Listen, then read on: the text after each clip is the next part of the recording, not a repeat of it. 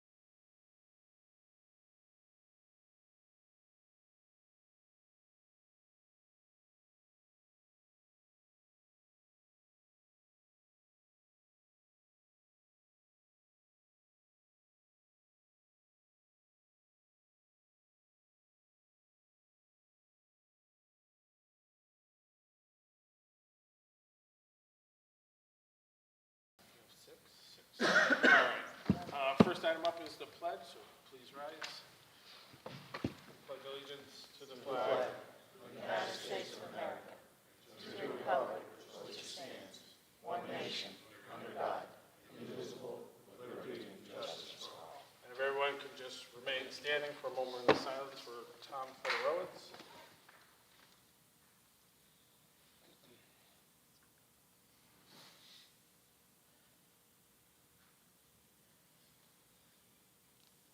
Thanks. I don't know, Jay, if you wanted to say Well, a few words. I'll say, unless you want to, Jay. Okay. All right. Obviously, sad news, us losing Tom. I knew Tom in many different ways. I knew him as a coach, I knew him as a father, I knew him as a referee, and I knew him as a friend. And he will be missed by the family, but I'm sure they'll be able to move on. The school district will also miss him because he also helped out with volleyball, even though not in an official position. But he was always there helping with the girls, so God bless. Jay, you want to, because you were very close. Tom was a great supporter of Seymour Athletics. He was assistant boys basketball coach for many years, JV coach. He was helping on the sidelines with our championship volleyball program along for, I think, 3 of the championships. He was instrumental in supporting Kathy and the volleyball team in all aspects of athletics, but he was also a great guy. I was lucky enough to also call him a friend, and I know that he was a Seymour guy. Although he's from Shelton, he really became a Seymour guy. And I know when Oxford High School opened, it was a little challenging because 2 of his boys went to Seymour, and 1 ended up finishing at Oxford, and it was a little challenging there for him, I think. But he was a great supporter of Seymour Athletics and a great guy, and I know he's going to be missed terribly. So, thank you. Thanks. Okay, item 2, we have some incoming correspondence, just a letter from Cave to myself saying thanks for continuing to stick around with Cave. Item 3, public comment. Anyone from the public like to make a comment? Good evening. Paul Roy, 80 Washington Avenue, Seymour, Chairman of the Sports Hall of Fame Committee. I'm here to give you the press release for the new inductees for 2024. The names are as follows. Paul Pollock Jr. from the class of 1958 for football, basketball, and baseball. Russ Rotko, class of 1961 for baseball, football, basketball. Milt Cochran, class of 1964 for baseball. Bill Heffernan, class of 1974 for football, basketball, and baseball. Sue Baxter, class of 1980 for cross-country, winter, and spring track. Ben Michelson, class of 1999 for swimming. Kim Bowden, class of 2009 for softball. And the outstanding contribution award this year goes to John Hall. I'll give everyone a copy of this.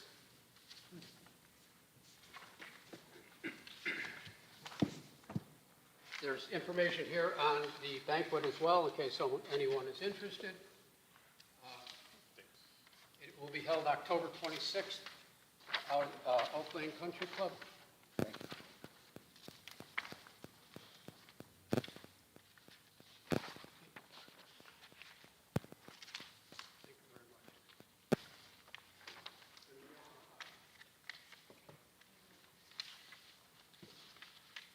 All right, thank you. Anyone else for public comment? Mike Kearney, 72 Mountain Road. Most of you know me from American Legion, the commander of Post 10 down at Seymour, downtown. One thing I was following up on, and again, I don't understand, I had a nice visit with Dr. Compton before I fractured my ankle. I was going to try to come to the May board meeting, but unfortunately I couldn't drive, I couldn't run, so I'm back on my feet now. Many of you probably don't know, I was the Distinguished Alumnus Carrier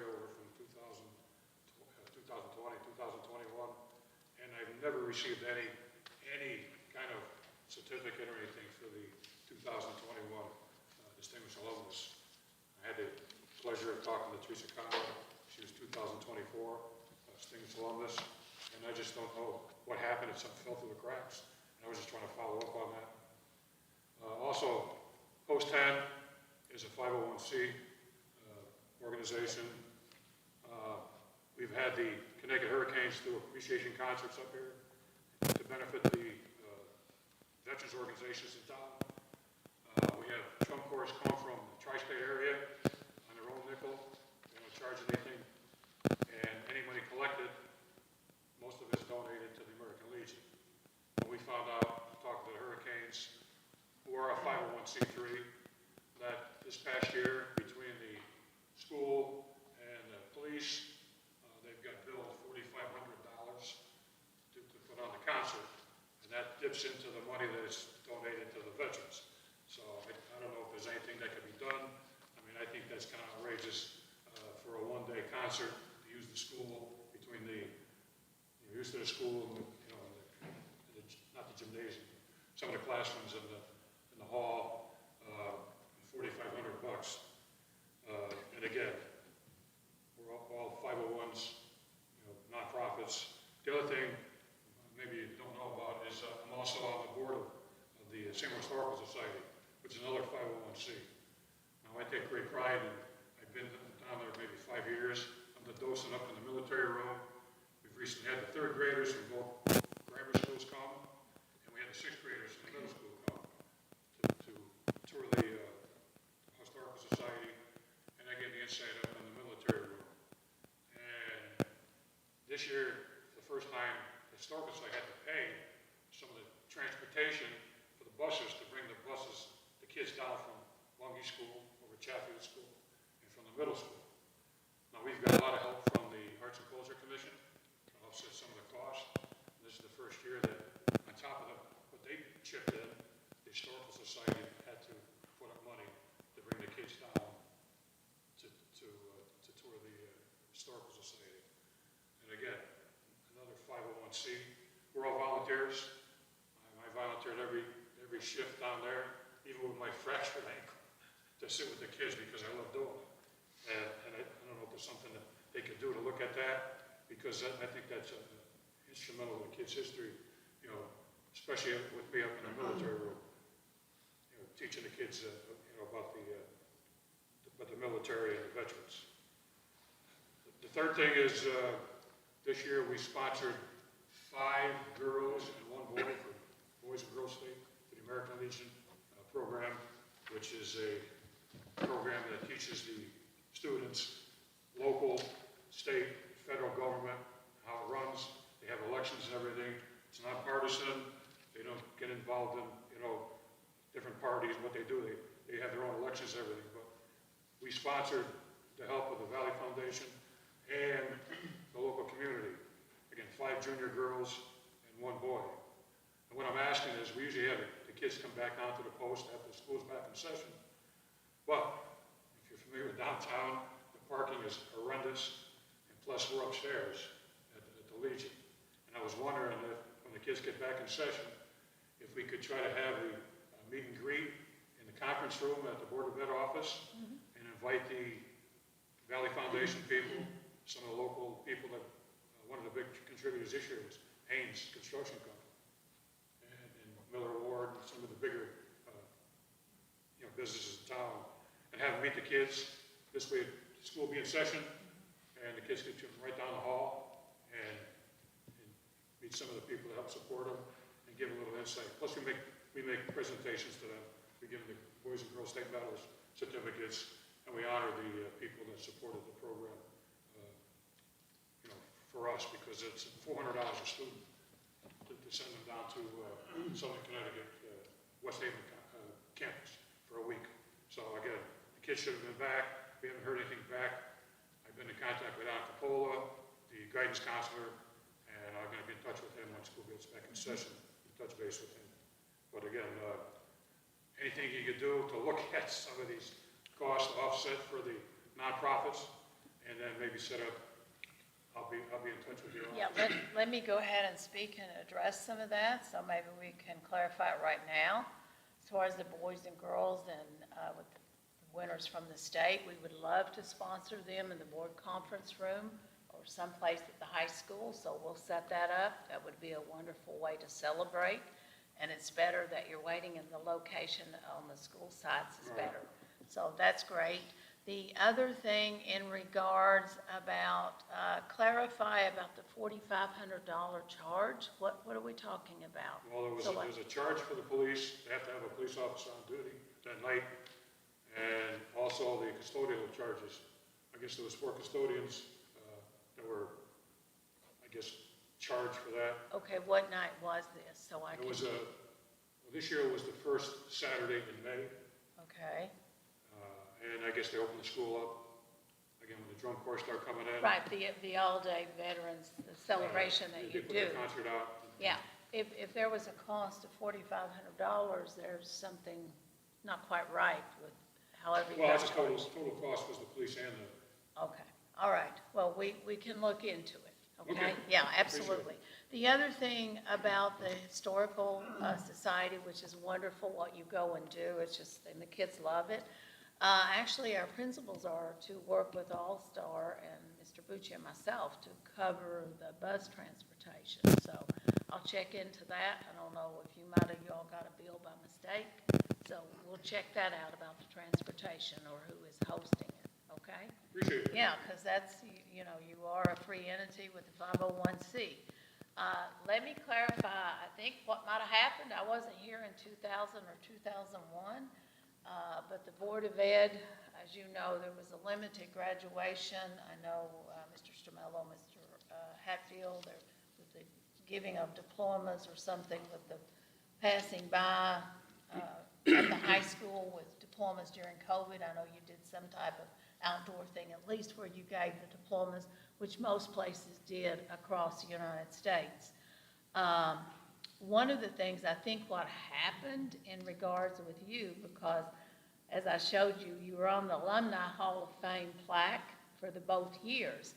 I think what happened with that, since there was no formal ceremony, you're normally handed a plaque.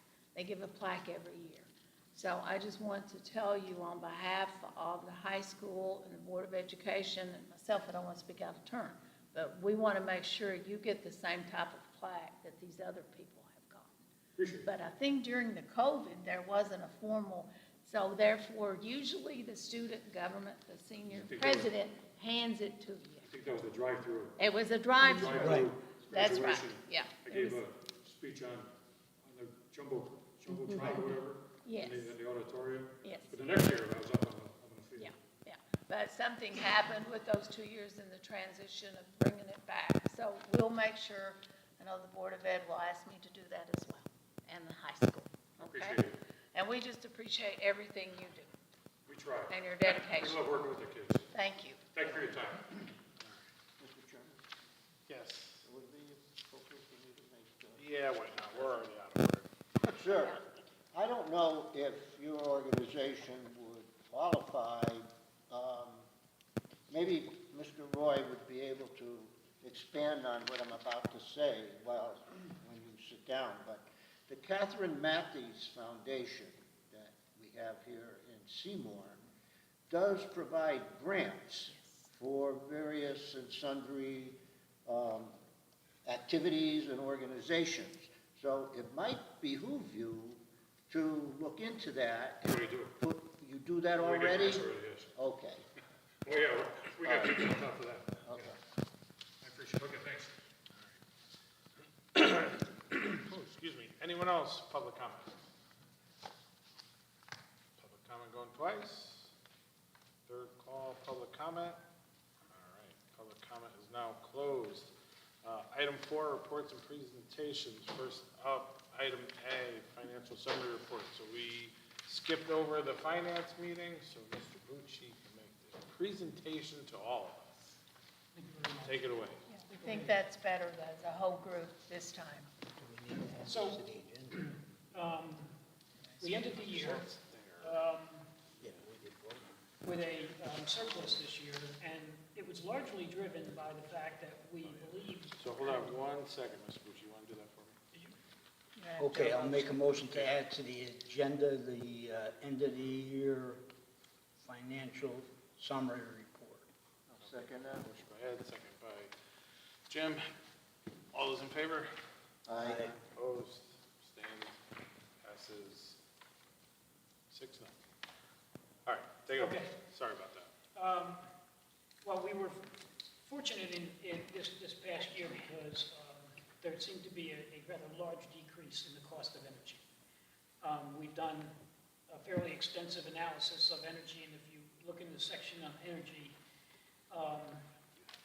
for reasons that I can't explain, the cost of natural gas went down roughly 36 cents per 100 cubic foot, which in and of itself saved us roughly $62,000.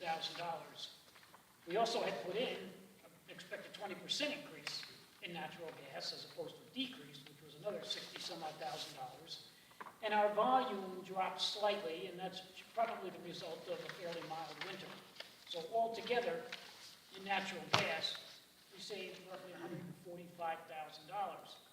I'd love to sit here and tell you that this is a trend, but I don't expect that perhaps next year we will lose all of what we recoup, but we have did provide for a 7% increase in the budget for 24-25, over and above what we experienced last year. But certainly, we're hoping not to return back to costs that we had in the prior year. We will monitor this closely. As I've mentioned in prior meetings, we track our usage each month on every one of our meters, both for electric and for natural gas. Interestingly enough, on roughly 2.5 million cubic feet, our variance was roughly 15,000 cubic feet. So our usage was stable. It was really all the price variance. For electricity, again, we didn't really have much of a variance in the actual usage of electricity, but instead of a 20% increase, it was only a 7% increase this year in the electric rates that we experienced. So we saved roughly $70,000 there. So altogether, we saved over $200,000 in energy costs, which frankly is a gift. Certainly based on the way things were trending prior to going into this year and the way costs were in the past school year. So that contributed largely to the surplus that we had at the end of the year. Most of the other items are consistent with what we've been talking about in prior months. We had positive variance in certified staff, but it does appear that Dr. Compton has now been successful in filling most of the positions that we struggled to fill last year, and so I expect that we'll probably be trending closer to budget.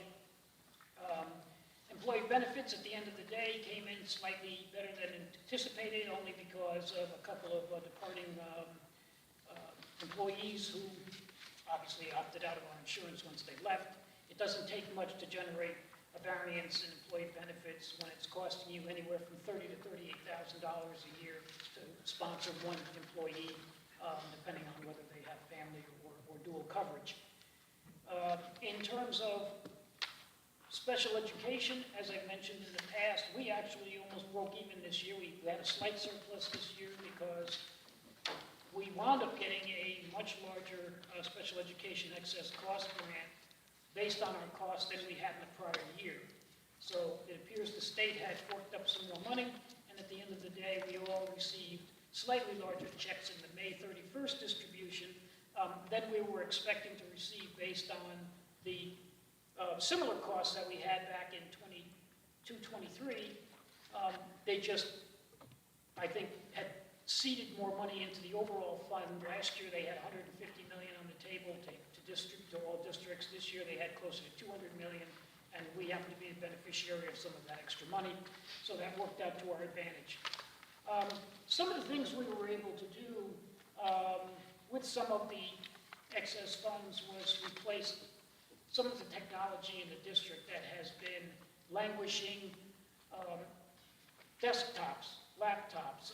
Some of these, this technology was 10, 12 years old. Some of it was struggling to keep up with the pace at which most of this software runs. And a lot of it had to do with the fact that just in prior years, there was just simply no money to buy technology replacements. I recall coming into the district almost 3 years ago, and there used to be a provision in there for $75,000 for technology, and it always managed to get used for something else. So this year, we were able to utilize some of the excess funds and replace some of that technology. We've now put all 4 schools between last year and this year on solid footing, and I don't anticipate we're going to be spending any money on technology now for at least another 5 years. So we've really put ourselves in a good spot with having replaced most of the laptops and desktops that teachers and administrators are using at the moment. We do continue to do our 5-year rotational Chromebook purchase. They're only up slightly, $40 or so per Chromebook. That's certainly workable within our budget, and we have purchased our allotment for this year, and we have a budget next year for another 450 to 500 Chromebooks that we'll need to just keep the rotation going. And just so you know, the Chromebooks are planned obsolescence. They just stop working after 5 years, period. And it's built in, and I find it remarkable that they can get away with it, but that they do. Other than that, the other item I'm putting on the table here is what I had introduced a couple of years ago, which is to take the approved budget, and based on all of the changes that we make from the beginning of the year when we first draft this budget to now, based on the changes, the incoming and outgoing personnel, we now know what the cost of our insurance increase is going to be as it relates to healthcare benefits. We've tweaked our energy budget somewhat so that we were able to reduce that by another $93,000, and I still think that will be sufficient. We negotiated very hard with our insurance carriers, and we actually wound up seeing a decrease in our insurance premiums going into next year as opposed to what is typically a 10%, 15% increase. And my kudos to them because they shelled out over $200,000 to replace the gym floor at the high school, and we didn't pay a penalty for that. So I think they did a great job in attempting to continue to write a book of business here that we can afford, and we haven't cut our coverages or anything. These are the same policies. So aside from that, what I'm asking the board is to approve the line item allocation, which is included in your packet, which essentially, I showed it in the first column where we were when this budget was approved by the board, and then in the second column, I just showed the redistribution from one account to another. And the third column, essentially, it's the same bottom line number. It's just, hopefully, we have a better starting point so that when I make presentations on budget versus actual as we go through the year, we've at least started out at the best place we can start out at.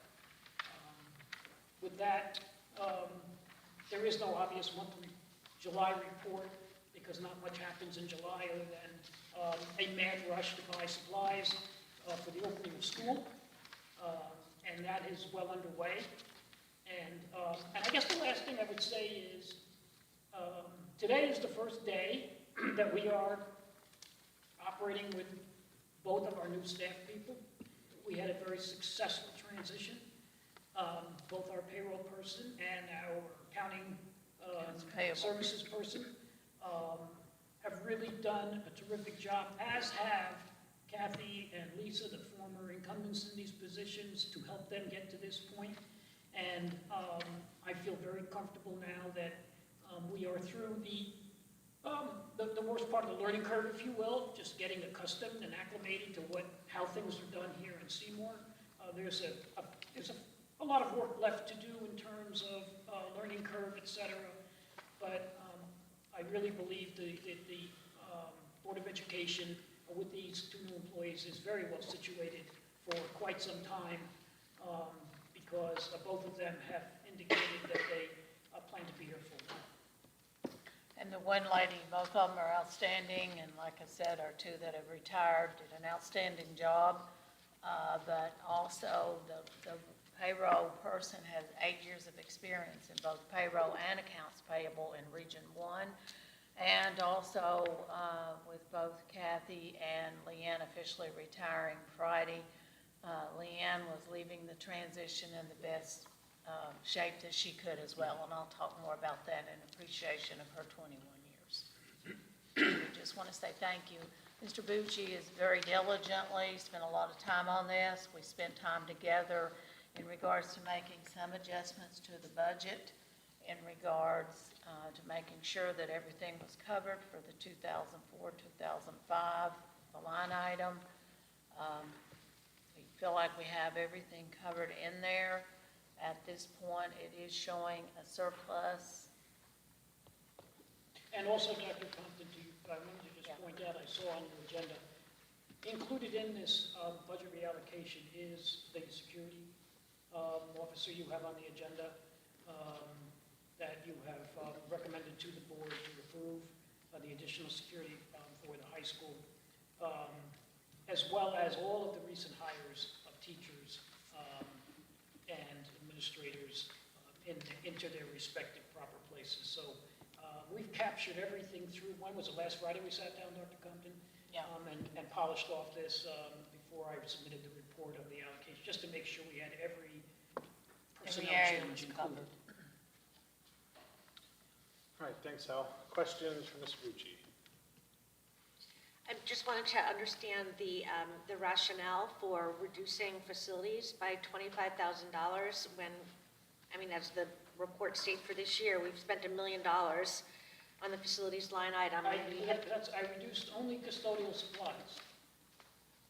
And the reason for that was Tim was successful in doing some bulk purchases that he was able to see. Typically what has been happening here is each school and each head custodian was ordering for their respective schools. I sat down with Tim and I said, let's find a way we can do bulk ordering, or bulk ordering of things that are common to all of the schools. And so we were able to do some bulk ordering. We were able to actually replenish our inventory. And I spoke with Tim and said, will you be able to do with $25,000 less than your budget next year for supplies? And he said yes. Right, but what about what it actually costs to maintain the buildings? Is closer to $1 million rather than, I mean, we knew going in that the $743,990 was not going to be enough. It's never enough. We always go over on the facilities line item. So I understand what you're saying, that 25,000 reduction in custodial supplies might be fine, but we're still not properly funding the facilities line item. And I just thought that rejiggering the budget would be a good opportunity to do that. Well, again, this allocation is really nothing more than a redistribution of what the board had already approved in terms of the budget. Yeah. So in the course of doing this, I wasn't able to find funds in another place in the budget that I could have then sent to building repairs and maintenance, or or facilities charges, or whatever. Again, I'm working on from the premise that the budget that we had submitted, that I had submitted, and that Dr. Compton had submitted to the board for consideration, reflected those allotments, which I agree with you, may not necessarily be sufficient. We did a pretty good job last year of really attending to what is critical and what was absolutely necessary. I think, as I indicated in my report, I mean, there are a lot of things that could be done, but we just don't have the discretionary funds to do it. And I'm not exactly sure where we would be able to find additional funds to pretty much build building repairs and maintenance and the whole facilities section back up again, because I don't know where else in the budget I can get the money from without increasing the bottom line of the budget, which obviously is not going to happen. Or you would have to cut personnel. It's just something to think about. We spent around $170,000 last year. Just on maintenance. If I go back to when we first put the budget together, and this is a problem of moving forward as well, when you take the, if you go back to the budget I gave Dr. Compton back on December the 11th, and I said, this budget represents the contractual increases that come from all of the collective bargaining agreements, plus all of the one-off agreements, plus the 12.9% increase that we're experiencing next year in healthcare costs, plus the 4% increase in transportation, plus a provision in there for 7%, whatever it is, for energy costs. When all is said and done and you're looking at those fixed items, you're talking about well over 32, 33 million of your 38, 39 million dollar budget. That was 3.9%. And as you I recall, know, I there wasn't think much we added recall, to that yeah. after that. And so I think it's the context in which future budgets that Dr. Compton's going to be referring to the board, certainly the ones that I've been handing to her that she's been referring, are going to reflect similar cost increases now going forward because we have built-in escalation in the collective bargaining agreements as well as the unpredictability of healthcare costs. We don't even know where they're going. Sally, I understand. I think my question was answered, so thank you. I'm sorry, I was trying to just give you some context. Oh, but we know the context. I just think it's I was odd trying to to take refresh out, the context. I just think it's odd to take out $25,000 from a category in which we know always goes over. That's all. And I also am not sure that we have all of the expenses. I mean, aren't we going to talk about additional new positions? Well, Potential need for one, especially an elementary school teacher. So I'm just kind of putting it out there for the rest of the board. Like, do we want to table this and revisit it next month when we really know everything that we need to start the school year is in place? I think we have covered everything in regards to security officer, if you do choose to do that, to create that. That allocation is in there. The VCBAs were covered, the psychologist was covered. The situation with an extra teacher right now at CLS at the current time, we have not replaced a position there. We're not sure. We're watching the numbers very closely. And we want a nice balance between Chatfield and Bungay. We don't want to make a difference. So right now, we have not hired an additional teacher at Chatfield. Bungay does have to have an additional teacher because of kindergarten. And that's our biggest need right now. And is that in the budget? Basically, it's in the budget with Chatfield because it was an allocation that already existed. So right now, Bungay has that teaching position, but if Chatfield needs one, then we'll have to come back to you and say, based upon the numbers, if Chatfield, certain classes go up, then we'd have to have an additional teacher. And I did share that allocation with you all about the staffing with Chatfield and Bungay. So that's kind of where we are. The rest of it is all covered. We're very pleased about that. It's been a balancing act, but what you gave us to work with and as thorough as you were in the budget before, it's helped us. The only other thing is there's a possible surplus. As of right now, there might be two outstanding bills, not really sure, but it's estimating, would you give them? I don't anticipate anything major. We're still chasing a couple of districts I mentioned around to see if there are any lingering bills relating to special education costs for out-of-district students. Some of these districts seem to take forever to send you a bill. I won't name the districts, but from 23, 24, I rejected payment. I rejected bills that were sent to us in January and February for last year, and just said simply, if you can't get us the bills within the appropriate year, we're not paying. So Okay. right now, So we're trying to encourage those districts, the same ones. It's still August 1st, 2nd, 5th, whatever it is, get us the bills and we will pay for last year. But we've scrubbed pretty much what we think is out there, and I'm not expecting any real surprises. Currently, the surplus is $157,000, as I mentioned, as a result of what occurred.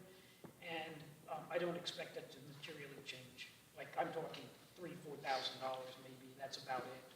So, I'm expecting you'll certainly have a minimum surplus of $150,000 when all is said and done. Who knows, could be a couple of dollars more too, depending on whether we have an encumbrance in there that doesn't turn out to actually be supported by a bill. But again, we've been through the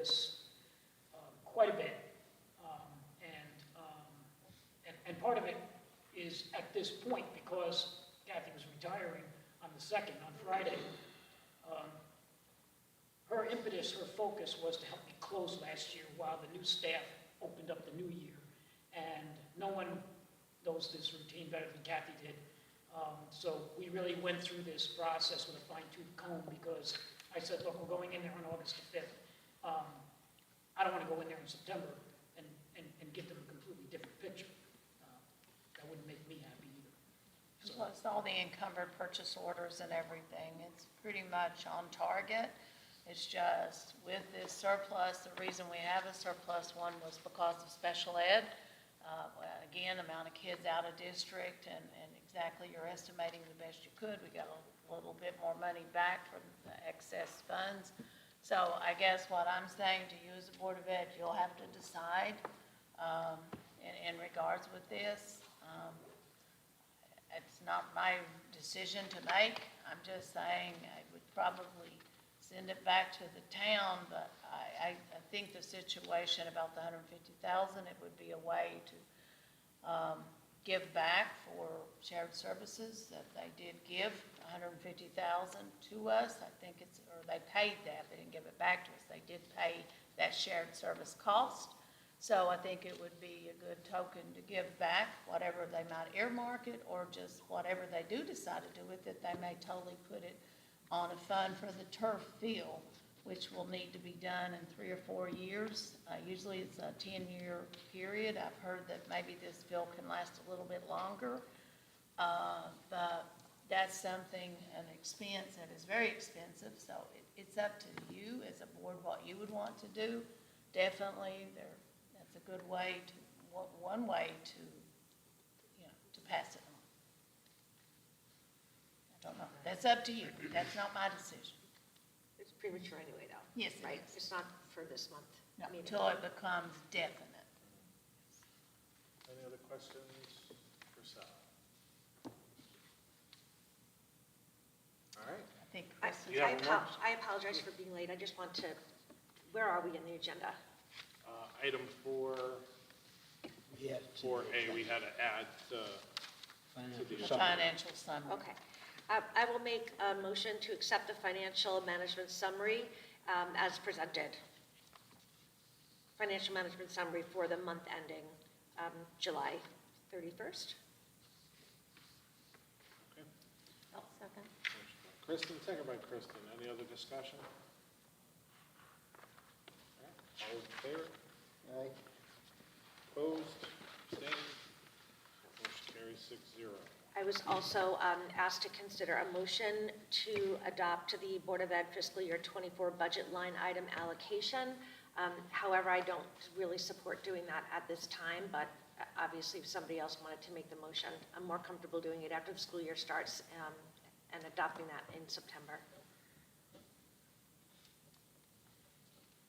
Yeah, it's not an item on the agenda, so we can always take that up next month, unless somebody else Wants to make the motion? wants to do it. Okay, hearing nothing, we're going to move on to 4B, the summer hiring report. And I know, Dr. Compton, we had some typos. Well, we just need to make a few changes. I'm going to just go over it. There was some switches with Bungie and the middle school. There was just some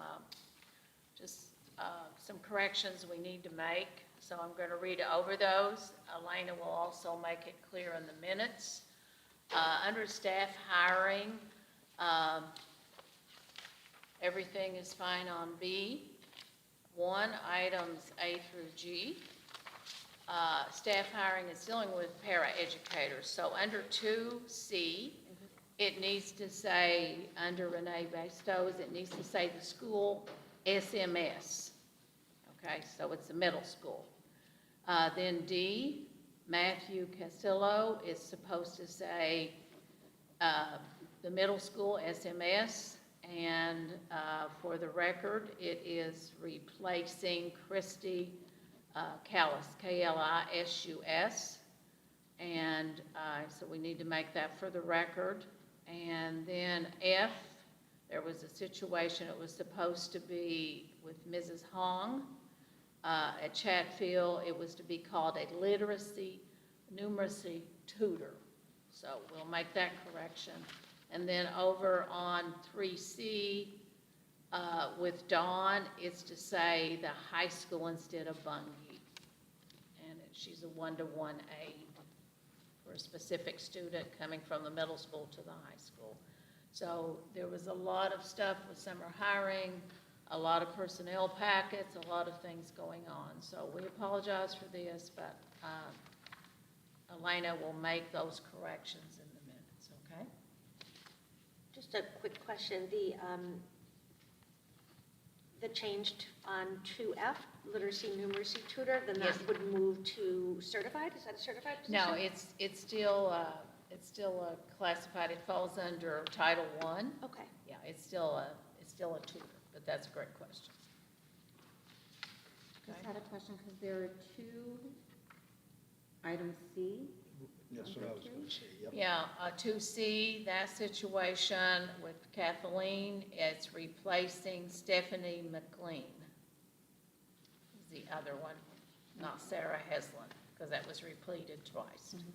But there's two letter Cs, so we probably Yes. just need to renumber, Yes. right? Yes, Or re-letter, sorry. yeah. So Or C or is becomes that two D. people? That's what is that two people? Is there a Renee Anna Kayleen. and a Kayleen? Yes, yes, I have this corrected here. Okay. You can see it. And it goes into M instead of L. Okay. Okay. Okay. So, and here are the ones. Yeah, I got that. I was following up with Yeah, Kristen okay. on the extra C. Yeah. And, she's the one that has it as well, okay? Like I said, it's been a busy summer, we've had a lot to wrap up, and, Leanne was helping me diligently in everything we could to get to the end of July, so. And it looks like maybe one more thing for number 3, staff transfers. We probably just want to remove non-certified there. Yeah, you can, Just a yeah, mix. it's Yeah, just just a mix. transfers, Yeah. okay? So that will be reflected in the minutes with the revisions, and we can have a motion for the summer hiring. Make a motion to accept the summer hiring report presented by Dr. Susan Compton. A second. All right, first by Kristen, second by Kristen. Any other discussion? All right, hearing none, all those in favor? Aye. Opposed? I'm going to recuse myself. Okay. Passes 5-0-1. I'll make a motion to accept the consent agenda as presented. All right, we have a motion for the consent agenda. Second? Sorry, 501, I think, through the chair, I think that number, Say that again. I think you said 501? There's 7. Oh, there's 7 of us now. Okay, 6-0-1, sorry. Sorry. All right, we have a motion for the consent agenda. Do I have a second? I would like to, through the chair, I'd like to remove item D, item C, the consent agenda. That's what we voted on the motion. No, we voted, Chris clarified that voting for the superintendent said to- hiring. But you made a motion to approve the consent agenda. Yes, it wasn't Right. seconded. No, we Oh, don't have, wasn't we don't have second? a second. Then why did we do 501? That was the previous one, because I had 6 in my brain before Kristen showed up. Well, Item 4 passed 6-0-1. technically, through the chair, we didn't really have to vote on that, right? No. Because it wasn't a, No, we didn't, but it's Just all. information. we sometimes vote on hires, we sometimes don't vote on hires. We don't vote on summer hires. So, Jake, can you make a motion if you want to remove your things? So do we make a motion to remove them for the consent agenda? I don't believe, I just need to remove them. I'm just removing them, There's a motion on the table. I'm Try a removing motion. items C No one seconded it, so it doesn't. and D from the consent agenda. Right, we have a motion on the table. But I don't need Either to we make. have a second, Okay. and it'll fail if there's no second, and then you remove items. So do I have a second? Okay, that dies. What items would you like to remove? C and D. C and D. Okay. So we will move 5C and 5D to item 6. I will make a motion to accept the consent agenda, item A, B, and E. Second. Motion by Kristen, second by Jim. Any other discussion? All right, all those in favor? Aye. Opposed? Abstained? Passes 7-0-0. Okay, item 6, items removed. First up is item of the Director of Security and SSOs. So for item C here, it says the substitute, so I believe we have somebody who's our substitute, so shouldn't we add that just to protect ourselves? It's Tom Bennett, But I'm saying it's not, right, but that's what, just just to protect clarify the ourselves. name Yeah. Is he our only substitute at the at moment? this time. But it's to allow for the chief of police to authorize our director of security and Ron and Kevin to be able to carry,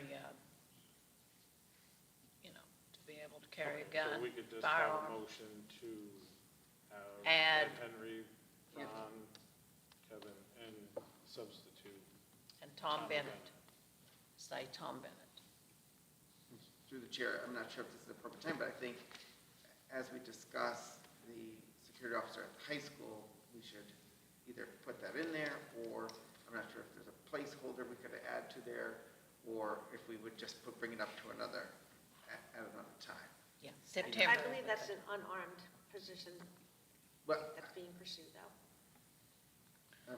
through the chair, I'm not sure if we finalize the conversation about it. I think that's still up for us to discuss. Yeah, it is. So, but September, we could bring it up on the September 9th board meeting if this So that's person why will I carry pulled it it out on. just in case, because I'm,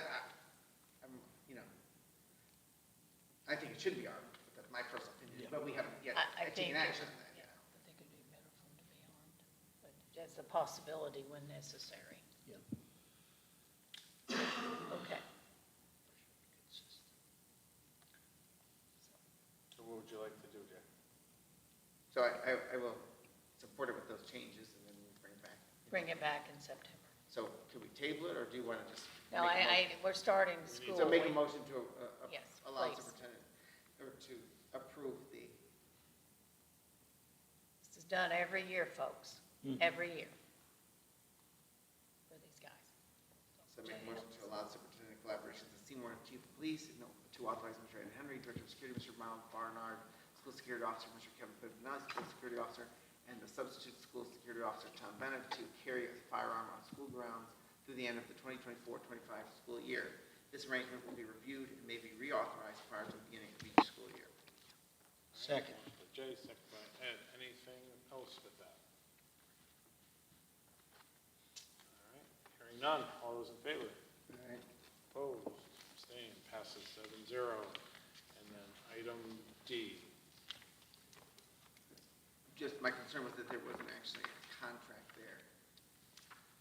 It's the appointment of them, but we don't have what that entails or what their responsibilities would be. Technically, it's a letter, and if you want a specific contract, it's the same thing we've done every year. You did with Dr. Curtis as well. It's a letter stating, Becky, Ms. Bennett, you also work with me on this with Dr. Brown and with the physician, the district-wide physician. Yeah. So we can, if you prefer a contract, we can do that as well. But I would like to have permission to go ahead and notify them we can submit a contract in September to start school off. They did this last year. They did a great job. I'd like to And I continue. totally, through the Yeah. chair, I totally agree, and Yeah, I you just want to don't see mean a to disrespect, contract. but we don't even know what the price is, you know what I mean? And It's the same Again, I price just as- think it's important for us to be. The due diligence, it's the Right. same We're- price as We're voting on last something, year. we're giving a contract to somebody, we don't know, they can be charged us $30,000, we don't know that, because it doesn't say that here. And again, I'm not, What did that link go to? I don't have my It's computer. the same, it's the same, it's just a letter. same amount. There's no dollar amount in the letter? No, It's 11,000. it just says The link says, "Dear Dr. Brown and Dr. Riccio, please be advised that at the meeting on August 5th, 2024, the Seymour Board of Education approved the appointment of Dr. Brown and Dr. Riccio as the district physicians for the school year 2024-25, July 1st through June 30th, and would be signed by Mr. Champagne, Dr. Brown, and Dr. Riccio. But there are no dollar amounts, there are no. It's actually in the amount, Becky, was it exactly 10,000, 11? Yes, it was around that. I have the exact amount. It actually was less than Dr. Curtis, who was actually 12,000, and we did it for 10,000. Yeah.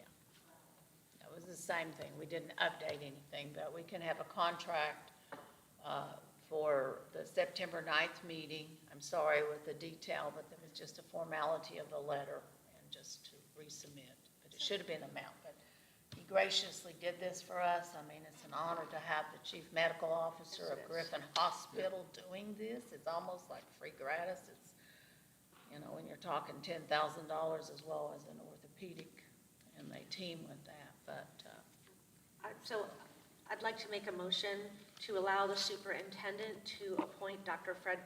Frederick Brown and Dr. Gary Riccio as our district physicians for the 2024 and 2025 school year,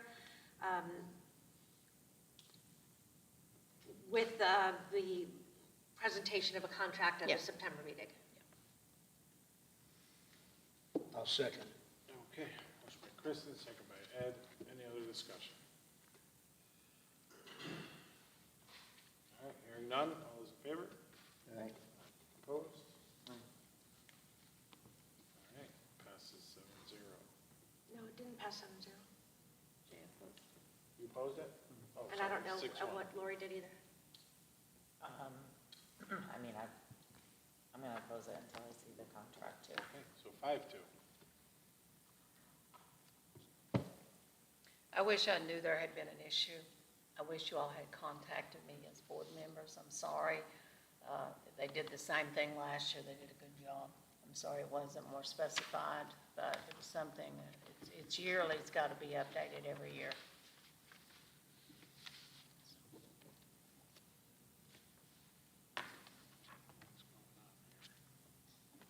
Can I make a motion to add an item? Yeah, go ahead. I'd like to make a motion to add an item to the agenda. I would like to,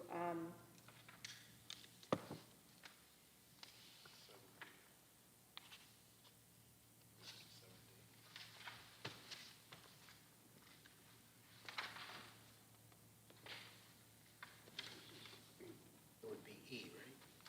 That was G, right? no, yeah, all right. Yeah. So I'd like to add item 7D, and that is to approve, or to direct the superintendent to approve the donation from Superior Products Distributors Incorporated for products to assist with the building of a fire pit at the Seymour Middle School. All right, motion by Kristen. Do we have a second? Second. Second. Thank All those you. in favor? Thank you for adding that. That's very important that Opposed? I'd like to move forward with that. All right, so we'll take that up under item 7D. Elena? Why is it with the other donation? Because we have to add it. To the I know, agenda. but if we got one donation, put the same donation together, but whatever. That's already been approved in the consent agenda. It was under the consent. Peters? No, it wasn't. Yeah. It was. Part of the consent agenda. Okay, 7A, Oh, under discussion and possible action, we have the float nurse. Sure, that's why Nurse Bennett is here. Dr. Compton, did you have any discussion? I would like for Ms. Bennett, she can come up near the Board of Ed here. After analyzing the needs and reflecting this past year, and just looking at the amount of the difficulty in getting a substitute nurses, and just looking at the attendance, some have had young children, some have been illness, there's some medical surgeries that's going to need to take place. I can't get into HIPAA and FERPA, but if anybody takes off for an extended amount of time, of course, we have to have a nurse covered.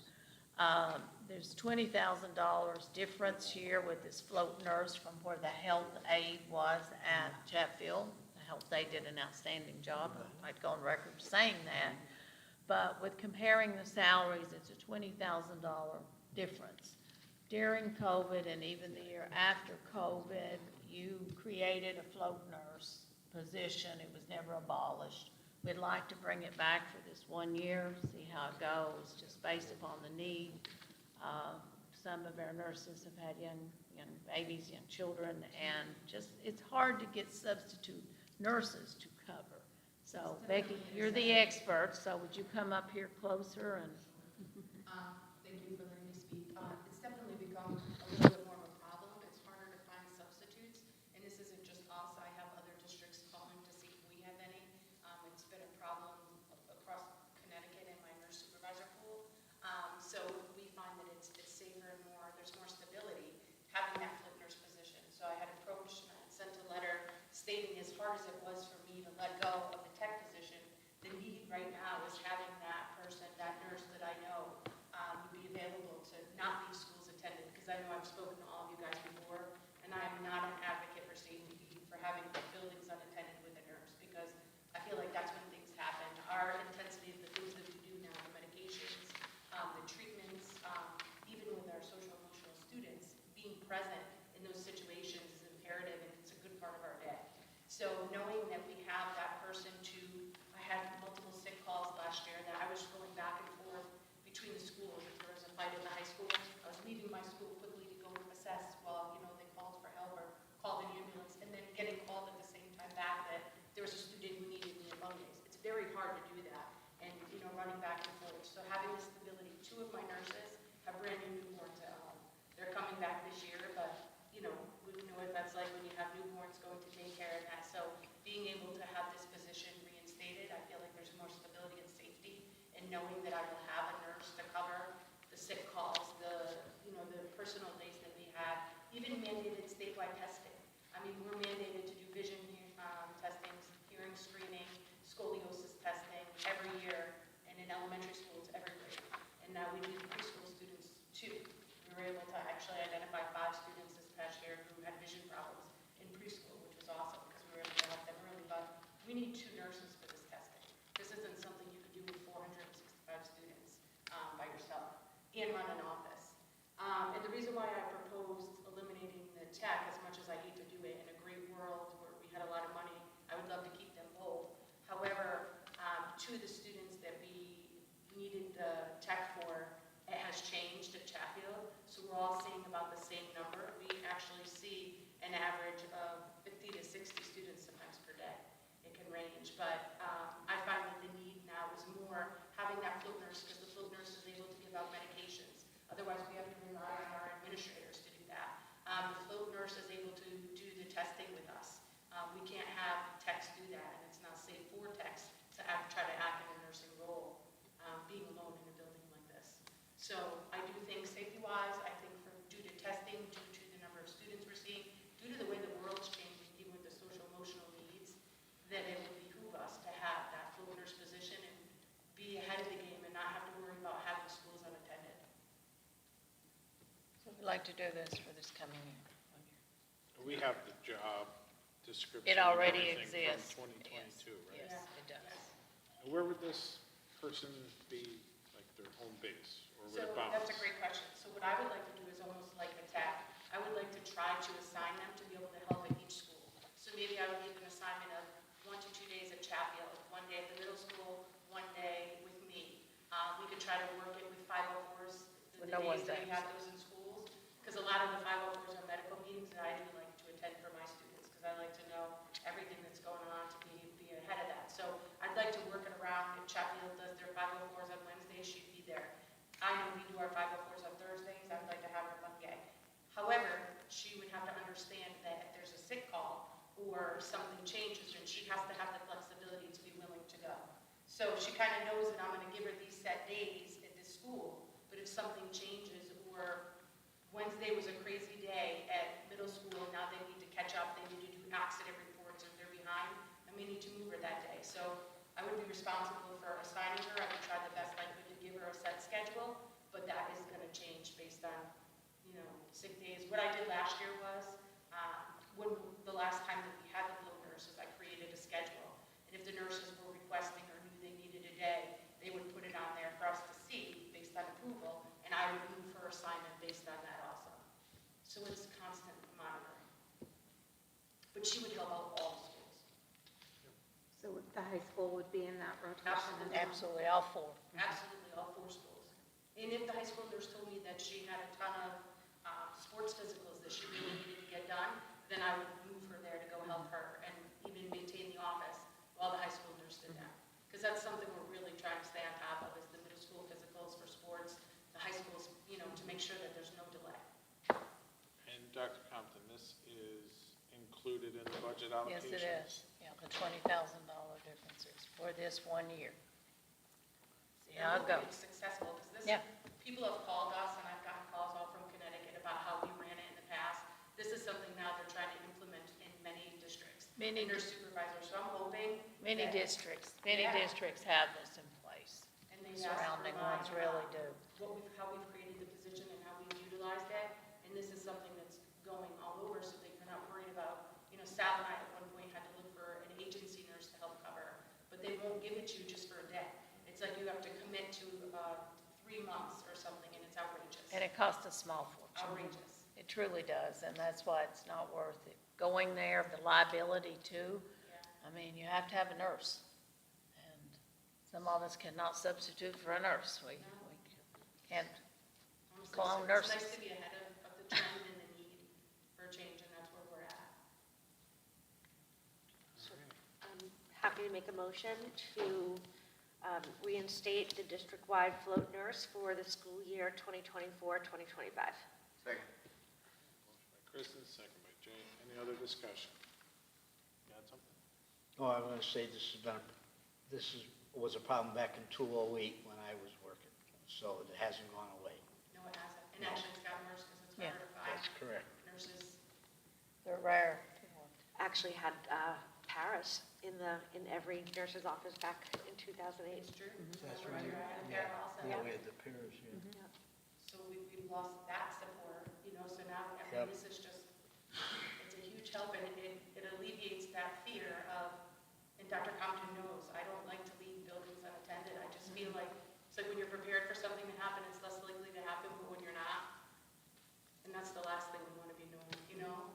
We've had Becky trying to cover Bungie in the high school, or the high school leaving and covering, come here to the middle school, and having an EMT, just an emergency backup, or Becky could get to And I'm Bungie to the raising high to meet, school. last year I raised to meet 2 ambulances as Chatfield before they got there, and, you know, it's not easy to get across town fast anymore, so.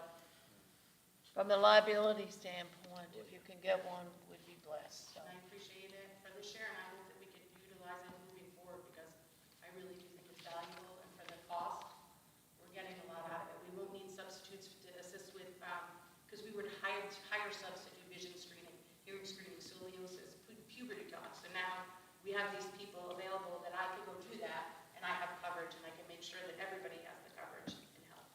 I think the beauty of it, it really, as she mentioned, it really supports the social and emotional learning. You know, a nurse means a lot to kids and to their families, to their parents. So, you know. All right, so we have a motion. Anything else? Do we have to include anything in the motion that we are not planning to fill the health tech this year? I don't think we ever made a motion to not fill the float nurse position, Yeah. so my guess is no. It's a personnel matter.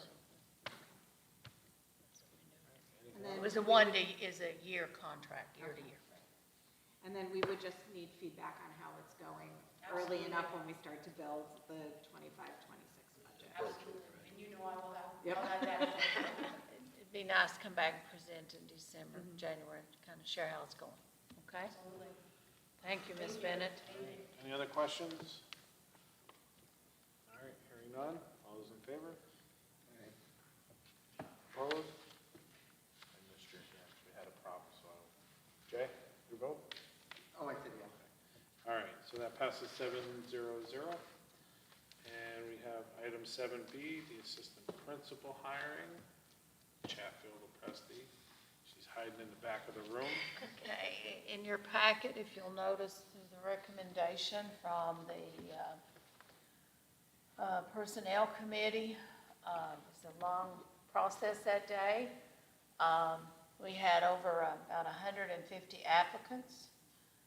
We narrowed it down to 7 to interview, and the process worked. So Stephanie Saccone is who we'd like to recommend, and for you to bless the hiring, because this is separate from summer hiring. This is actually an administrative position. I make a motion to approve the recommendation of the superintendent to hire Stephanie Chacon as assistant principal at Chapel Lepresti School. Second.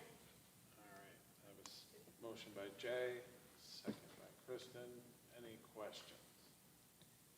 Yes, what's the high school going to do without you? Mr. Would you come up here just for a few minutes?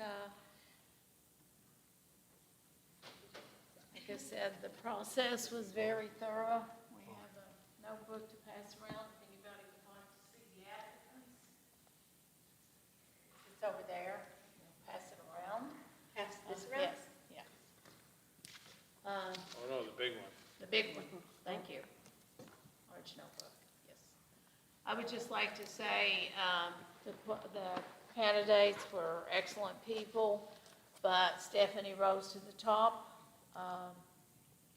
All of the years that you have been at Seymour High School in the English department and your contributions of your innovative programs have been amazing. She's over the National Honor Society, the dual credit, with the colleges that you put in. That was your vision as well, along as working with Mr. Lucky and Mr. Freud. But is there something you'd like to say to the board? Because I know you were very excited when I finally got to call you to recommend you. Thank you for the opportunity. I love being a teacher, for growing. I grew up here, you know, with my father being a teacher. I would sit on the soccer fields when I was little, and it was nice to then become a teacher. I love the people that I work with at the high school. I'm very sad to leave the students and the staff. We really do have some dynamic people, but I'm ready for the next phase of my life. I'm ready to take the reins and be a leader. So thank you for giving me the opportunity. You know, Mr. Lecta and myself and the committee, we felt good about it. Ed and Chris were on there. We had, of course, one of our teachers from Chatfield, and Mrs. Feige was there, and I was on the committee, of course, but I just thought it worked really well. You did a great job. Thank you very much. And then Shannon Sharkey was on. Yeah, and Shannon Levy, she's also a board member, as a board member and a parent. A board member and a parent. So, Ed, you've been a former principal, you've sit in that seat, and an assistant principal and all the processes, and anything you want to say? I would say good luck. Thank you. I'm ready. No more 6.5-hour days. Yeah, I know that. I don't think, I don't think when's we the last had time you worked a 6.5 6.5-hour day? Very true. But a longer school year also. Yes. I'm okay with that. My son is almost grown. We're all right. I'm really excited for the teachers and the staff and the children of CLS. I'm really excited for our community. Yeah, I'm a forward-leaning person. I'm ready for some growth to happen. It's great. Thank you. Well, you know your curriculum, you know instruction, you know assessment, so I think you'll be a great asset, and Chatfield Lepresti they'll grow to love you. Thank you very much. Thank you, guys. All right, well, let's make it official. All Yes. those in favor? Opposed? Passes 7-0-0. Welcome aboard. All right, 7C, the school security officer for the high school. I know Dr. Compton, you had some discussions about bringing that on. Yes, if you saw my email, I kind of explained, it's also here in the part where we talked about the budget. Actually, the liaison committee, which is made up of Kristen, Stefan, and Jay, after a discussion in regards with the two administrators and the administrators union as a whole, basically filed a complaint with the board, against the Board of Ed, and myself technically. And their biggest concern, when we really got down to what can we do to fix your concern, to make the complaint go away, how can we be transparent and just put it on the table, how can we resolve this? They were very honest and upfront. We've done a lot of things to accommodate in not having a second assistant principal. We won't go through all of those things. We've been there, done that. And you as a board have been very supportive, and they appreciate that. I think Kristen and Jay may want to say something as well. I think this is a way to resolve their concern. When you look around the surrounding schools, they have not just an SRO, most high schools have a school security officer. And our director of security can kind of do both. He does monitor the cameras a lot. He does walk around the building. A lot of this has to do with the layout of Seymour High School, and where we are today is 2024. As you well remember, that was something that they were very passionate about and very sincere about. And the layout of the building is just not well designed. I don't mean that in a bad way, but you've had all these additions from 1961, the 2005, the 1968-69 wing, which I think that's where I live and our Board of Ed office is. So you've had all these transitions. There's so much territory, square footage in that high school, and how the science wing and all the separation. Monitoring it is very difficult, no matter how many cameras you have, how many stairwells you have, and they just felt with just one assistant principal for somebody to just walk the halls, they truly believe this is something they need. And they're sincere about it. And we would like to do the same package contract. We put it in the budget for a retired police officer or somebody who's done security that wouldn't have insurance, let me just put it bluntly, like our President Ron back there. And Ron and Kevin do a great job. So we're looking for another one of those kind of guys. And I think sometimes the high school would like to see them armed, and sometimes they'd like not to see them armed. A lot of them maybe not being armed. But I think you need to have that package to have both, just in case. Also, they have concerns about some of our additional programs and just providing support with special ed. We've got a little alternative program. They just feel like they need this, and they feel like they would be safer overall. So can I ask a question? Yes. If this is the same title, school security officer, as the two positions we have, do we actually need to make a new position? Well, you would have to have your permission to add this. I mean, that's with two already exist. I would like to see it be the same format of a position. They talked about it wouldn't have to be exactly like them. The principal and the assistant principal stated a lot. They were fine with an unarmed, but I think when you look at, the basic need and where you're at, no matter what package you go, there's still going to be the funding of around 30-some thousand, and with, they don't take insurance if you hire somebody who's retired or whatever. So, Kristen, do you and Jay want to say something? I mean, their concept, a lot of the overall feeling by both of those two, we need a security officer. And they did mention a lot wouldn't have to be armed. I just think as a backup, it's a good thing to have one that could be armed. Well, through the chair, I think that's where some of this disconnect comes from. We have a position, and we have two independent contracts right now. Both of them are for armed school security officers. Is that the actual name of their position? I do believe as in the contract and the job posting, that the last posting I found was from 2019.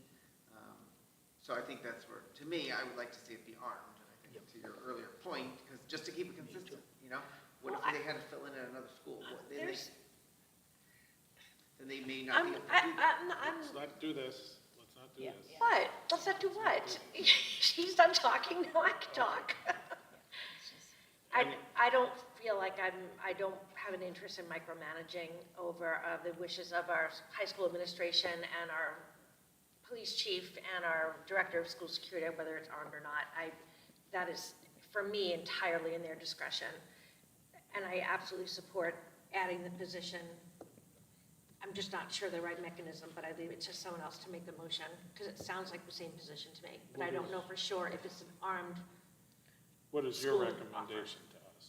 My recommendation that it's basically the same type of position that Ron and Kevin are in, just to be safe, to keep it consistent. And there's times, like I said, we can work with our director of security and our chief of police in regards of whether times to be armed and not armed. I don't think they have to be armed all the time, but I just think it's, I don't like the inconsistency with what you're saying. okay, I I'll mean, just, okay, yeah, I'll I be. like it to be armed Okay, or unarmed. okay, I'll just tell you then it'll just have to be armed. So, through the chair, I absolutely support the additional school security officer. I think that the principals shared a lot of concern. But we have a school security, we have an SRO at In the the high school building. that is armed. So really the need that I understood from the meeting that we had was in the reduction of administrators at the high school. So it was really to resolve conflicts between students, to address unsafe behaviors that are happening on the campus, to be walking the halls and monitoring the halls. Yes. I don't think that someone needs to be armed to do that. But again, that's a district decision, that's the administrator's decision. But the security officers, the elementary schools are the armed people on campus. There is a SRO on the high school campus, and the director of security when he's there. Carries a gun as well.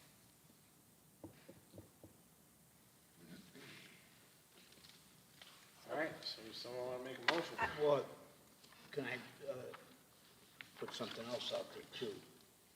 Are we going to get a memorandum of understanding from the administrators concerning their beef that this is going to end that labor dispute? And that because, and I'm not saying anything negative against them, but we're going to approve this position, it looks like, and hopefully that's going to be the end of the labor dispute. That's my Yes. concern, because we Well, don't want that- to go any further. No, it won't go. So I don't know if that's a further. memorandum of There will have understanding, to is be that a what our memorandum of lawyer could... understanding and the The two attorneys. lawyers. The Yes, attorneys are involved. they're both. I they're know both- the attorneys are involved, but what I'm saying is there should be a memorandum of understanding that they're going to end the dispute. And we can follow up with that with them, but both attorneys are in agreement this was a way to resolve, okay? Okay. And they can put that in writing and sign off. Well, that's what I'm saying. I'd like to see Yeah. it put in writing. That this truly is what they feel is the way to resolve it. And they're, like I said, they're sincere about it. So I'll try my hand at a motion. And I will say, I'd like to make a motion, that's the easy part, to approve the hiring of a school security officer for Seymour High School, leaving job description and specifics to the administration. I'll second that motion. All right, motion by Kristen, second by Ed. Any discussion or questions? So through the chair, I hate to be a pain, but I'm just confused because are we then creating a separate position or not? You know, to your point of leaving up to the job description, posting up to the administration, does that? I didn't say creating a position, I just said to hire a school security officer. And I appreciate that. I think the concern is that the title we currently have is Armed School Security Officer. Are we sure of that? Again, I'm going through what I'm reading here on the posting from 2019 and what it says in there. Well, the contract says a school security officer. They have individual contracts, and each year, you've got to give them permission to carry a gun. Right. Theirs is in Right. black and white. So the issue with it, in the clarification, are they going to be exactly like a Kevin and a Ron, or is it going to be something different? I think it needs to be a school security officer. Let's go ahead, create it, let's post it, and we can bring back more clarification come September the 9th. Still feel it needs to be more like a Ron and a Kevin, but they don't have to be armed. And the guys stated that because we do have an SRO in the building, but there could be times when the SRO is not in the building, and there could be a time when the director of security is not in the building. You could have two. So there could be that possibility where they would need to be armed, because you never know what could occur till the police could get there, right? Mr. Chairman? Yes. Mayor? Well, you know, it goes to the fact that one is not aware of what the conditions might be under which a security officer would need to be armed. That's the luck of the draw. So, if we're going to hire someone who would have responsibility for protecting children, who might possibly be involved in having to defend his own person against an intruder, or be needed to supplement any of the other security positions, it makes absolute sense that the individual should be armed at all times. To suggest that, well, maybe yes, maybe no, makes it crazy. Or I'll use a word in the local news lately, weird. Weird. Well, let's just, like I said, So have the if I'm same going to vote- contract as the other two. But I would need to know for my vote, whether we are going to agree that this person should be armed. Otherwise, I'm just merely going to abstain. Jim, what if the person doesn't want to be armed? What if the person that we hire makes the case for, Then- It is a Then safer he's not thing. the person but it- for the job but if you here. listen All right, all right, to all right. Mrs. Bruno, how she We articulated have the a motion need, on the floor. and we're in discussion. Let's just create it. So, right now, I believe it's just for a school security officer, not anything that's specifying armed or unarmed. All right. We would have to approve, The The carry. same. we would have to Right. approve by That's right. name, and the same thing if we identify additional substitutes, so that would Yes. come back That to would come another back, agenda. Jay said. I would ask formally that Mr. Henry meet with the board and provide some updates on district security. We haven't really met with him. True. Yes. And that is something we have done that I found really enlightening in the past when we met with the police chief Yeah, and the it was director of great. security. So I would suggest that that may be on a future agenda for the We'll do board to give that. us better understanding. And that way we'll have Mr. Floyd and Mr. Lucky as well, be a part of that team. Could we repeat the motion, please?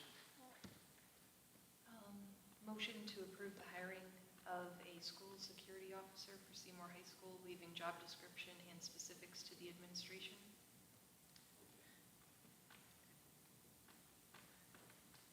Seconder? Yeah. I second. I think Can we move it on? Want to call a vote? Right. Go ahead. Sorry. So 3 of them at the high school, is that, this would be a third one? Let me clarify, we have one SRO, like we have one school resource officer at the middle school, one at the high school. Our director of security serves all 4 schools. He just has an office there. So he's not there 100% of the time. So that's, that's, Through the chair, here's my concern. Right, we have a job posting. I mean, we already have one. We have 2 individuals who also are armed. They utilize the title.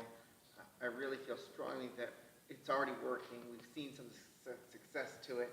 You know, let's build upon that. You know, why create a whole nother job description? I'm afraid that if we don't put armed, this person might be sitting at the front door checking badges. You know what I mean? No, And that- Jay, but What they Dr., asked for. Yeah, I exactly. understand, but, They ask for monitoring of the hallways, they've got specific things of what but we we don't need. have that job description yet, we already have one. Why are we It's- going back and reinventing Can something we, new? can we just take a beat? Does someone have the job description? Could we call it out? We're talking, nobody has anything in front of them. To your point, we have, the contract does not say an armed security officer position with our contracts for the individuals. I'm sorry, through the chair, it does, it says. You said the posting did, the actual Both contract. of them, the actual contract that is in our board drive says armed security officer, 2024-25. It was just signed on Okay. June 17th. Okay. And it was approved at the board meeting on June 17th. And we did it for 2 people. Yeah, but we do don't have to, each understand. time we have to bring it back, because that's just a regulation in Connecticut, that if they're gonna carry an arm, But Dr. Compton, Weapon, excuse me, yes. through the chair, yes, I'm saying our individual contract with 2 individuals in our district who are armed security officers. that's what they It says are. that on their contract. That's what they are. That's the position that we have. To me, Yes. why reinvent the wheel? That's- Because maybe they don't want an armed security officer. I mean, I don't understand why we are superimposing what we believe on the high school. This is crazy to me. There's a lot of benefits to not being armed. If you're armed, you have to protect your gun at all costs, and you might not be willing to get in between 2 students for fear of someone taking the gun. I We think- have I no think- business debating this. I think we need to make a decision on let's just move forward on it. whether or not it's armed or unarmed. And go from there. I am not making that decision, so you all can do what you want to do. I'm not making that decision. I don't like the fact that job responsibilities is up to administration. because Okay, it's so not- I will rescind my motion, and we should either table this until a job description comes back, or we should simply authorize the creation of a job description. Why don't you authorize the job description to the superintendent? I'm the one who brings the job descriptions back to you. I mean, why don't you create the position, and then let's bring the job description back. Let's have a meeting with Ed Henry, a meeting with Mr. Freud and Mr. Lucky, and try to bring resolution on this. They want sincerely, they want a school security officer for the start of school. And I'd like to get this resolved. Does that have to rescind his second, or whatever the word is? No, I'll let you take yours. Okay. Somebody like to? Right, I'll make a motion. I would propose that we authorize the superintendent to create and fill the position of an unarmed security officer for Seymour High School. Motion by Kristen, do we have a second? Second. Second by Kristen. Discussion. All right, hearing none, all those in favor? Opposed? So that motion fails 3-4. I make a motion to approve an armed school security officer at Seymour High School. I have a motion by Jay, do I have a second? Second. Second by Ed, discussion on that motion. I didn't think we were in the business of running the schools, and this is, from my perspective, not just tiptoed, but jumped in to telling administrators how to run our schools, and I don't believe that's our role as a board. Anyone else? And I'm going to oppose this just because nothing in the conversation and the concerns that were raised by the administration indicated anything that would require a weapon to fulfill. That's right. Jim? The administrators do run the schools. The board has, as part of its ultimate dictate, the safety and security of its students. So with that, whether or not the administration per se is in favor of one or the other, when an issue comes to the board and it involves safety and security of students, then we have to make the decision that's appropriate for the circumstance. And a security officer, in my estimation, needs to be prepared for situations that would involve the need to protect students, regardless of how the administration feels about it. And in order to do that, as I said earlier, that person may very well have to defend his or her personal safety as a school security officer, because the depth of duties involve the potential for exposing oneself to danger. You could say that about every teacher in the school, We're not talking about every teacher. but you could say We're it about every talking teacher. about a Guys, school. we have to stop interrupting people when they're talking. We're talking about a school security officer. And we have school security officers. Yes, we have an SRO. But if we're putting someone else in that particular duty, then it's my belief, as an individual voter, as a member of the board, that person should be armed. And I would not leave it up to a school administrator to determine that particular aspect. Just to clarify, Anyone else have anything? Go ahead.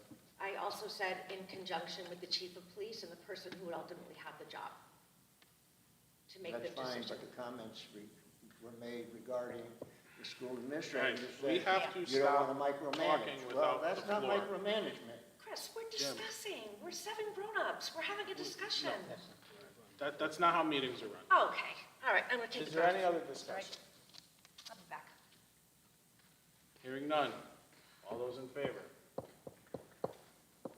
Opposed? Abstentions? This passes 4-0. Okay.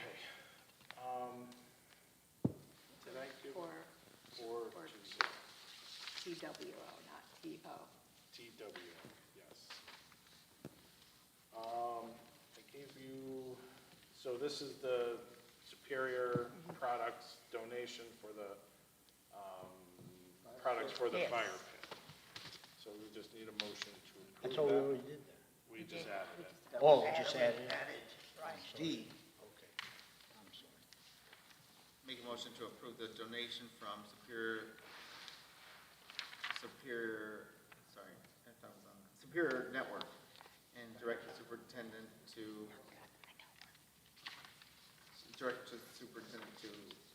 advise for its placement. Accept the motion. I think we got it, Jay. To an Yeah, yeah. appropriate place. Yeah, direct the superintendent to do the Right, where it's going to be. Accept the donation donation. Yeah, and the and fire put it in marshals. the appropriate. That's what our bylaws say. Right. Thank you, Mr. Motion Chairman. by Jay, do I have a second? Second. Second by Ed, any other discussion? I just had a question because it references excavation. Did everybody get to look at it? Yeah. To be handled by the town of Seymour. Are there costs associated? It's all, no, they're not. It's all been worked out. Mr. O'Rourke Yeah, can there just, there are no costs associated to this. These little our head custodians work with our director of facilities, director of public works. He's been a liaison to this company who very generously is donating this material so that when we have our bonfires here, we can have it in a legitimate bonfire fire pit. So we're very excited about it. All right, anything else? All right, hearing none, all those in favor? Opposed? I'm abstaining. Abstentions? Passes 6-0-1. Item 7, information. We have the information on the Griffin athletic trainer, senior passes, theater contract for the middle school, and along with all the resignations, transfers, and retirements. Any questions on any of that? I would like to say Sure. something. Go ahead. Okay, I would just like to say a thank you to Leanne Daughtery for 21 years of service. She served for many years as an administrative assistant, executive administrative assistant. Here the last 2 years, we did a change of title. I would also like to say she served as board clerk for 12 years. That's a long time. And when you think about all that time and the years of service and dedication, so I publicly want to say thank you, Leanne, for your years of dedication and your love and service to the Board of Ed and to the superintendents. I was the 6th one that she served under. So I think it's just a good way to say thank you for outstanding service and dedication. I just think we need to say that. I think it's appropriate.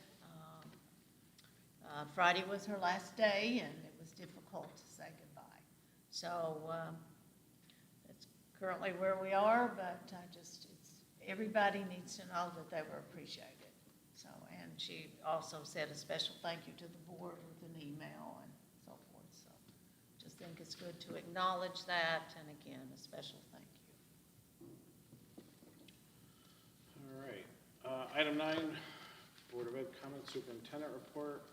I don't have anything, just echo Dr. Common's comments about Leanne and really a lot of the folks that we had. Yes, a that lot of retired this outstanding year. people that have retired, and at our June recognition, we said a lot of thank yous to all of the people, and like I said, with Kathy and Lisa's outstanding service, and Linda Villavance, and we've had a lot of good people, plus just a para-educator, and we had one teacher retire who did dedication, outstanding job at Seymour Middle School as a science teacher. So it's good to let people know they're appreciated, as well as our 2 custodians that retired this past year.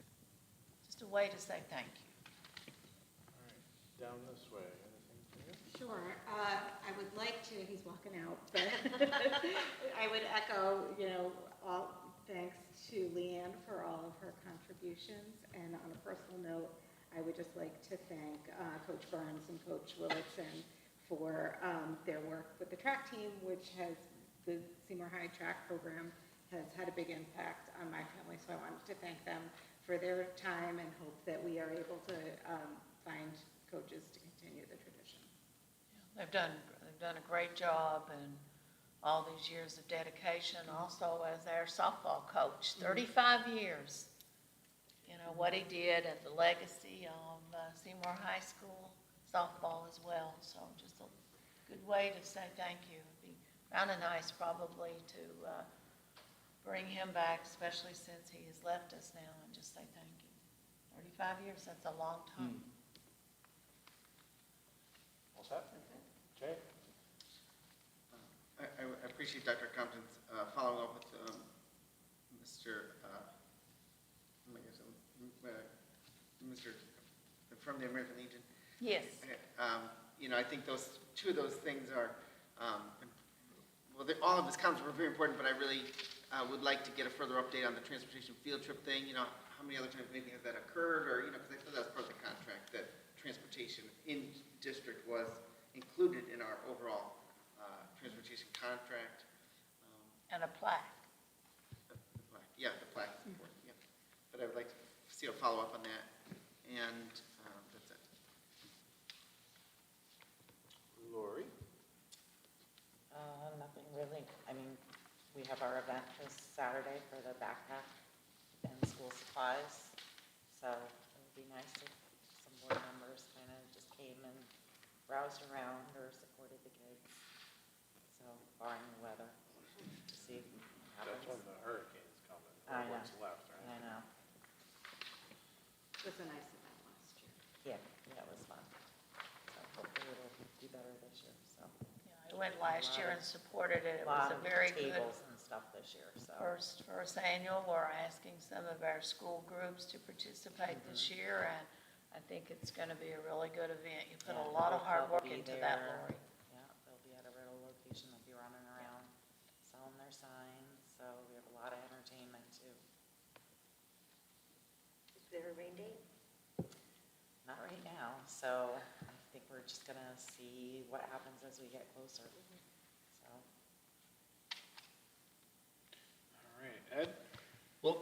I want to echo thank Leanne for her years of service to the board and to the central office. And I had the opportunity and pleasure of evaluating Mr. Pereira's, so I would like to thank him for his services also. All right, Jim? No, no further comment. Kristen? Yeah, I'd also like to thank Leanne for her years of dedication and just thinking about the different 6 superintendents that she was able to navigate through transitions, Good changes word. in personalities and styles. Yeah. Kudos to Leanne for being able to do that. I also want to say that I'm putting a plea out to get draft agendas, because the majority of problems we have in our meetings, and tonight is a prime example, is because information isn't as complete as individual board members would like it to be. And the only way to make sure that Dr. Compton and central office have the opportunity to give us the information we need is if we see a draft agenda. This is not about we talk over each other. This is about we are not prepared for meetings. And the only way to get prepared for meetings, Chris, are you even listening to me? I'm listening. Sure. Sure. Usually people make eye contact when they listen. Are you directing me directly? You're the board chair, Okay. so I would presume that you would This know. isn't a back and forth. This is board member comments. Okay, Chris, I don't know what's Okay. happening. The bottom line is, there was a lot of information that board members here tonight wanted. And if we had had some communication and collaboration and perhaps seen a draft agenda, Jay would have been able to ask for his information. We would have been able to say, could we see the description for the security officer? And our meetings would run much smoother if there was a better, if there was more opportunity to prepare. We will work on that. Okay, I can address that as a superintendent. I can tell you not only will the 3 board leadership see the draft on Wednesday, then you'll also see it on Thursday. I'd like to say as well, most of this stuff, we've usually been pretty prepared. There are 1 or 2 things tonight, and it did cause a lot of discussion, a lot of upset feelings of not being able to see something. And the bottom line is, when that packet goes out, I want people to review it and call me, email me, let me know if you have a question as well.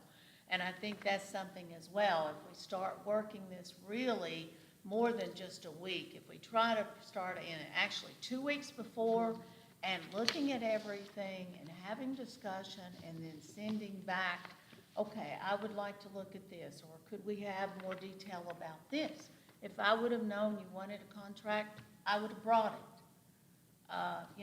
This has been summer. I've been very busy. I've only taken off 1 week, and 2 days I went to New York. So if I know what you need, I don't care in sharing draft agendas. I think it's great, because it's all 9 of you. Everybody's a piece of the pie. The board chair is to see the agenda first. And I don't have a problem sharing it and whatever you need, but sometimes you need to just let me know. Don't get into a board meeting and then say, I'd like to see this. This wasn't on there. Well, hey, we had Friday, but let's start moving it before that so people have time. Because sometimes weekends, you've got things going on. You may not just have the time to spend, and I get that. So I think that would really clarify that situation. That's what I did in previous districts. There was more time and more time for feedback. So I think that's important. We've also in the transition of, people have retired. We're a small group that I will do whatever I can to make sure, and we will be posting for Leanne's position this week in regards with that as well. So I'd like to move forward and try to find a replacement. I think there might be some people that are interested, and I want to move forward. I think that it's very important, and to get a quality person that really wants to move forward and would be interested in this position. Sometimes you never know. So I'd like to move forward with that, okay?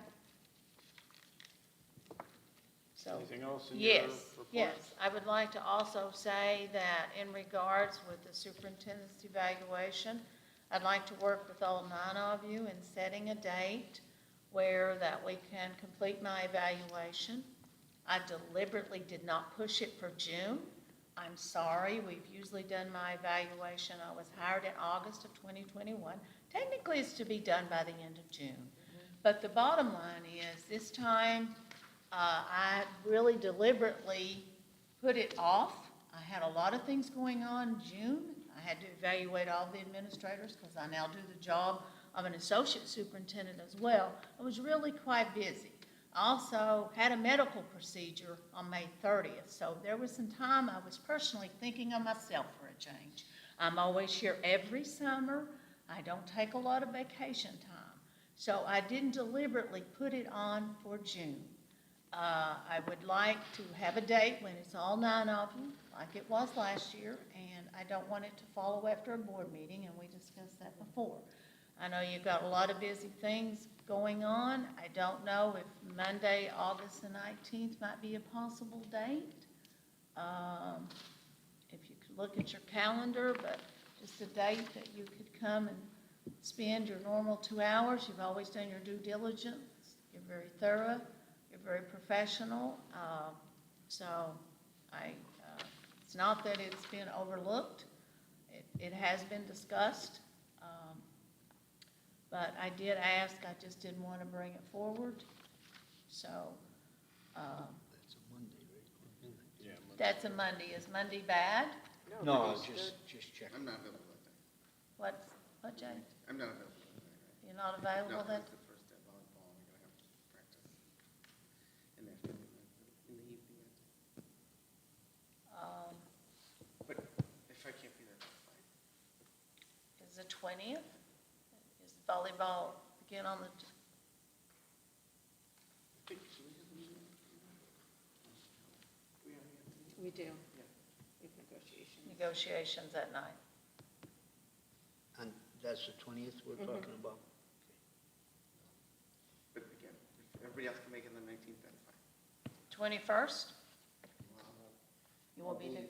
I'll be away for 2 weeks. When do you go, Jim? Actually, the third and last week of August, I will not be. So Monday the 19th wouldn't work for you either? Well, will you be here the 19th?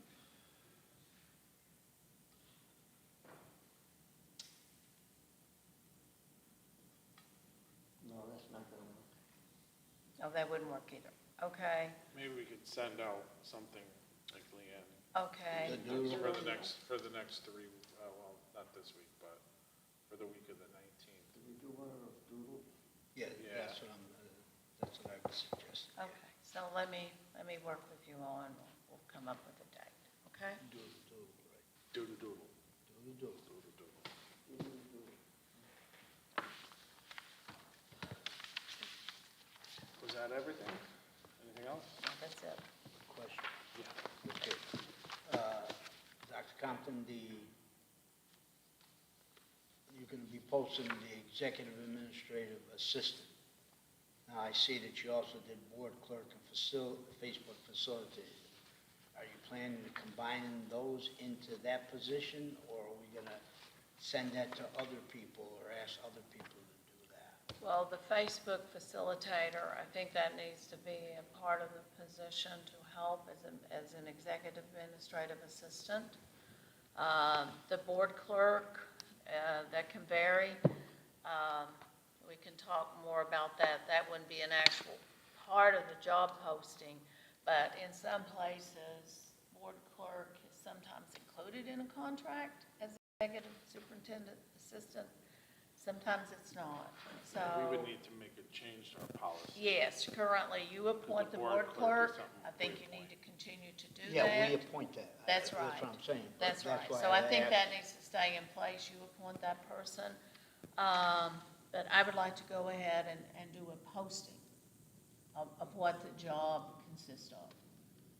So, if I may, Chris, the reason that I asked that is, we could have somebody who's very good who doesn't want to do the board clerk position.